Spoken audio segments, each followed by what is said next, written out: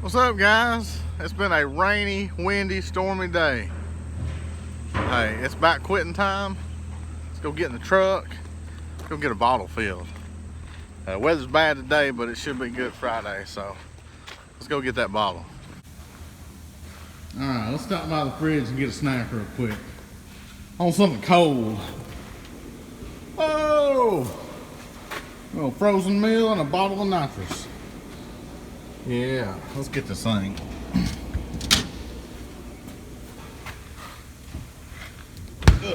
Excuse me. Alright guys, for those who don't run nitrous or maybe new to it, the colder this bottle is, the thirstier it'll be. So before you go get your bottle filled, put it in the freezer, put it in a cooler full of ice. If it's hot, you will not get a full charge. You won't get your full 10 pounds unless they got a pump, and it'll still take forever. So the colder this is, the happier it's gonna be. It'll be thirsty and it'll suck up that nitrous. Let's go get this thing filled. I got the 88 out. It was sitting behind the barn for a while. It's looking kind of sad. You gotta see that. We got a flat tire. We're gonna take care of that. So I am cautiously enthusiastic for tomorrow. Supposedly the track is gonna be open tomorrow. But like I said, I'm cautious about this. In the past, it's been rained out and rained out and rained out and rained out and rained out. Today it's very cloudy. Don't know what's up with that. So hopefully no rain. Last time it was scheduled to be open, the local government and state government shut them down. So, you know, it wasn't their choice, they shut it down. I was super excited about that one. Got a bottle of nitrous filled all the way up, tip top. So anyways, about to pull the car in the garage. We'll put the console back in it so I can wire up my nitro switch. And I may be changing the hood, the fender, and the door. I don't know if I have time for that. And it needs to be washed. It is covered up in pollen. Camera doesn't do it justice. You can barely see out the front windshield or the back window. But anyways, that's what's going on. Let's get to work. Like I said earlier, I'm putting the console back in this car. And I picked it up, and man, y'all, I'm sure y'all picked one up before. They're real nose heavy. Well, anyway, I started looking at this thing, and I'm not putting a radio in this car, so I pulled this thing out. You know, that's a chunk of weight. It probably weighs about as much as the whole console itself. So anyway, that's coming out. Like I said, I'm not putting a radio in this thing. I've got a Bluetooth speaker that is like rechargeable, and I use it at work. So anyway, this is coming out. So yeah, I'm not putting that in, or that little bracket that bolts to the transmission tunnel. So anyways, a little bit of weight loss, not a lot, but we got some other stuff we're going to deal with. But I really like what Rodney said on his channel. He said it's not about hold on a second. He said it's not about finding one place to take 100 pounds out. It's about finding 100 places to take 1 pound out. And I really like that. That's a cool mindset. So helps you kind of keep things simple, and you know, it adds up. So I need to get this car to scales and see how much lighter it is from last time I weighed it. All right, guys, I need NOS. One of the big ones. Actually, I need 2 of them, and I need them tonight.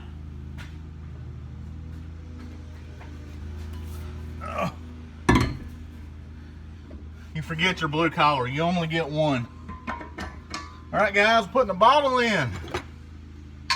Woohoo! Oh, it's been a while. It has been too long.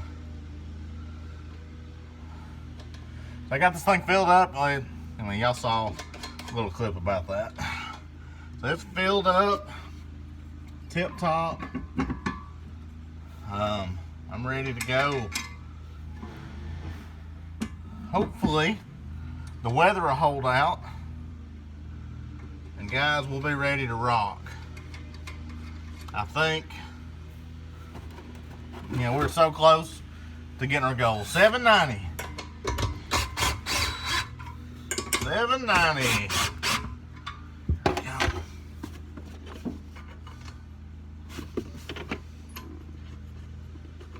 on now. Let's not be difficult.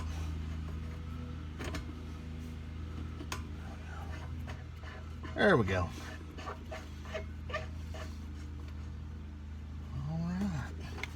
Alright guys, that's it.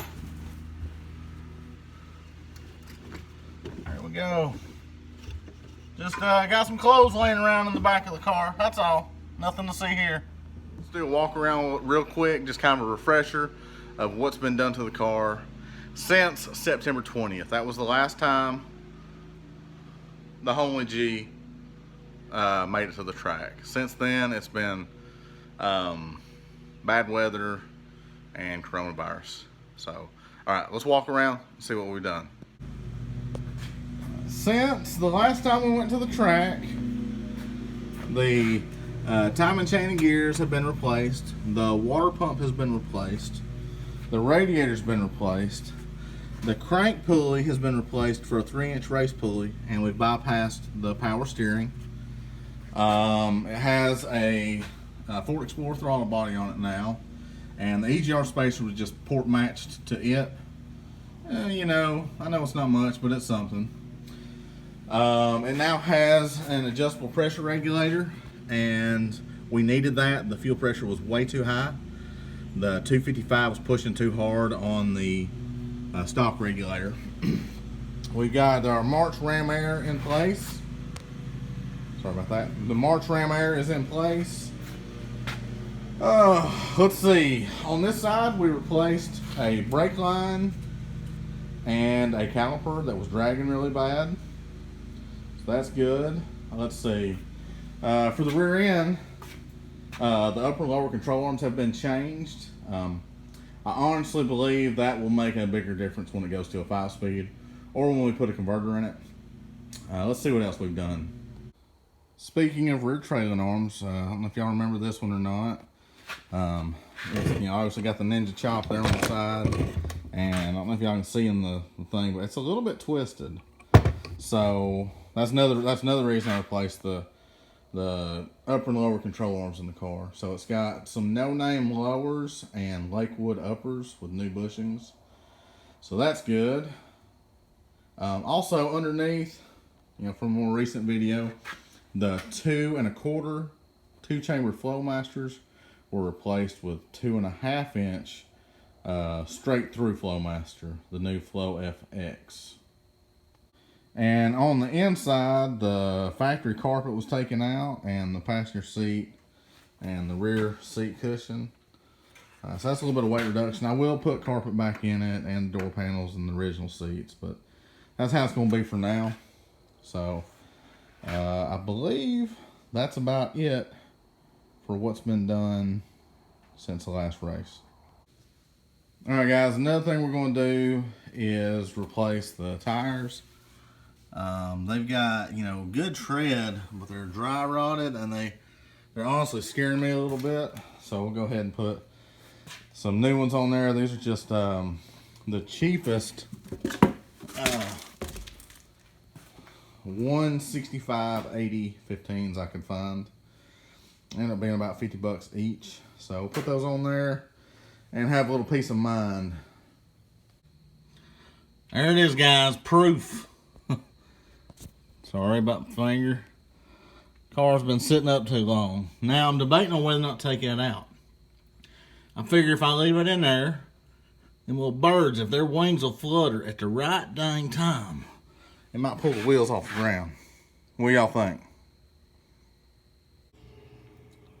Alright guys, while poking around I found something wrong. This hose was off of my PCV valve. It goes down there in the bottom of the lower intake. So I put a clamp on there.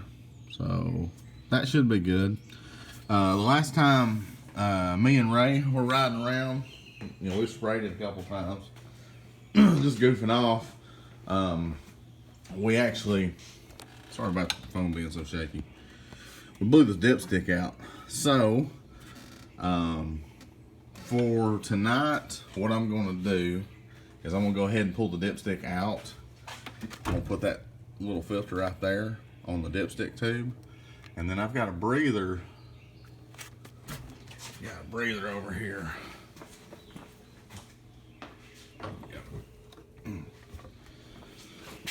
I'll put that breather right there in the rocker cover. So anyways, give all that crankcase pressure somewhere to go. So anyways, the prep continues. Let's get ready. We're getting ready to change tires out, and I've got this right here. This is a manual tire changer. Excuse me. The brand is Touring. I bought this one at Tractor Supply, but you can get them like Harbor Freight too, I believe. It was about 50, maybe 60 bucks with tax.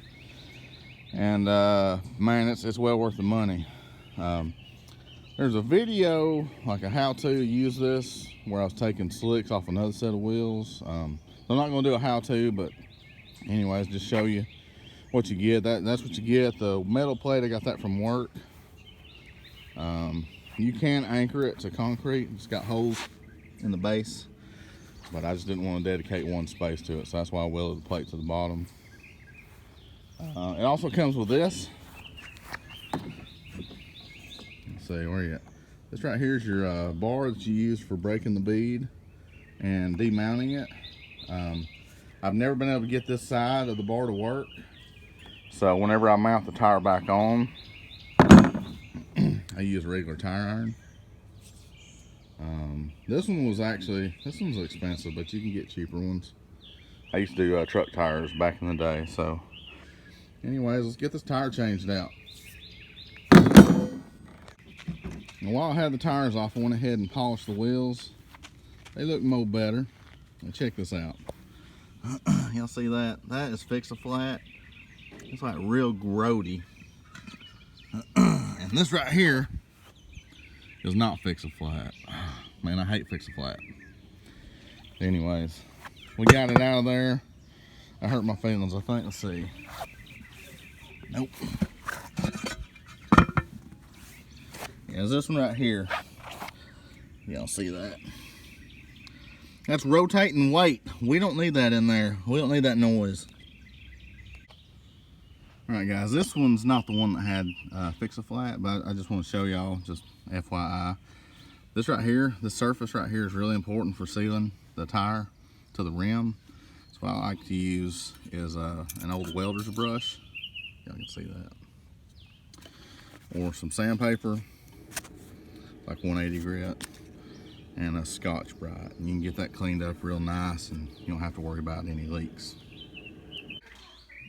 Alright guys, so changing tires turned into polishing wheels. Polishing wheels turned into replacing the brake line. Replacing the brake line turned into, hey, let's remove the fender liner, and the fender, and the horn, and the wiper washer, and the cruise control, and the door. I think I have a problem. And just a heap on, I need to be leaving right now. About time this thing be on the trailer and heading to the track. So I've got to put this thing together and go. What have I done? While the door's off and everything's easy to get to, I'm gonna go ahead and put a set of pins and bushings in it. And man, it's so much easier with it off the car. I went ahead and got this ground flat. So I'll knock that out here in a second, and that one too. So I'll be closing like a refrigerator when I'm done. Nice and easy. Check it out. Red, white, and blue. I asked my wife what she thought. She wasn't impressed.